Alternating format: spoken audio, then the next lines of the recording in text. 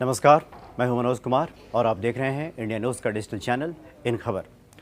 2005 में जब लालू प्रसाद यादव देश के रेल मंत्री हुआ करते थे, उस वक्त उन्होंने ये घोषणा की थी कि अब गरीब आदमी भी एसी का मज़ा ले सकेगा, यानी एसी ट्रेन का लुत्फ़ उठा सकेगा। और इसी इरादे के साथ उन्होंने गरीब रथ ट्रेन की शुरुआत की थी। लेकिन गरीब रथ अब सपना होने वाला है, यानी गरीब रथ को बंद किया जाएगा, ऐसी घोषणा हो चुकी है। यानी आगामी 1 से 2 महीने के भीतर गरीब रथ आपको देखने को नहीं मिलेगी। चूँकि पिछले 13 सालों में ये देखा गया है कि गरीब रथ का क्रेज़ लगातार बरकरार रहा लोगों के बीच में, चाहे वो गरीब हो या फिर हर तबके के लोग हों। हर किसी की चाहत होती थी कि गरीब रथ से यात्रा करें। बड़ा ही सुखद यात्रा थी और ऐसी थी ट्रेन जो अन्य ट्रेनों का टिकट का किराया है उससे बिल्कुल कम किराए में लोग इस यात्रा का लुत्फ़ उठाते थे। लेकिन अब इस ट्रेन को बंद किया जाएगा और तर्क ये है इंडियन रेलवे का। उसका ये कहना है कि ये जो ट्रेनें हैं, इसकी जो बोगी हैं वो काफ़ी पुरानी हो चुकी हैं, पुरानी तकनीक पे आधारित हैं और जो नई तकनीक है वो नई तकनीक पे खरी नहीं उतरती, लिहाजा इसको बंद किया जाएगा।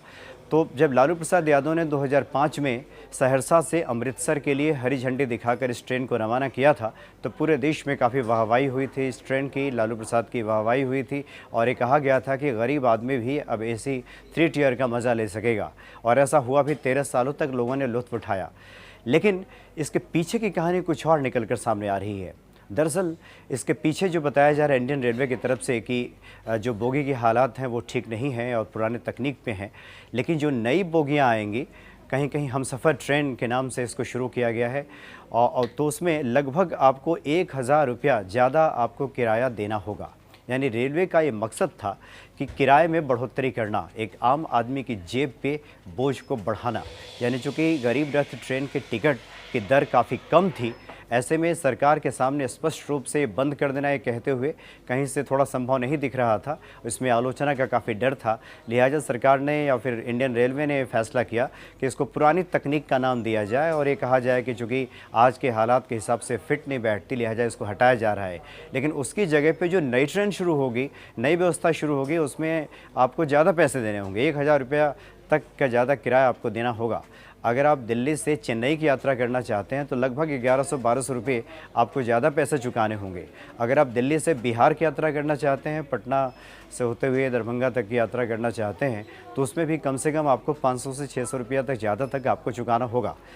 तो कुल मिलाकर स्थिति यही है कि एक आम आदमी के जेब पे इससे बोझ ही बढ़ेगा और गरीब के नाम से जो ट्रेन चल रही थी, इसको ये कह कर रोक देना कि ये पुरानी तकनीक का है और आज के हिसाब से बिल्कुल खरी नहीं उतरती, और उसके बाद लोगों के जेब पे बोझ बढ़ा देना, उनकी जेब काट लेना, जेब ढीली कर देना, ये कहीं से भी उचित नहीं कहा जा सकता।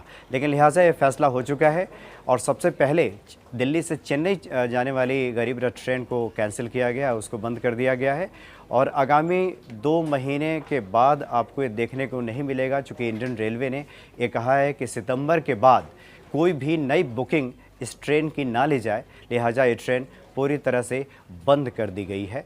इससे एक आम आदमी थोड़ा आश्चर्यचकित भी है और उसकी जेब पे बोझ भी बढ़ने वाला है। फिलहाल इतना ही। इस चैनल को लाइक और सब्सक्राइब करना ना भूलें। नमस्कार। इन खबर चैनल को सब्सक्राइब करें और बेल आइकन दबाना ना भूलें।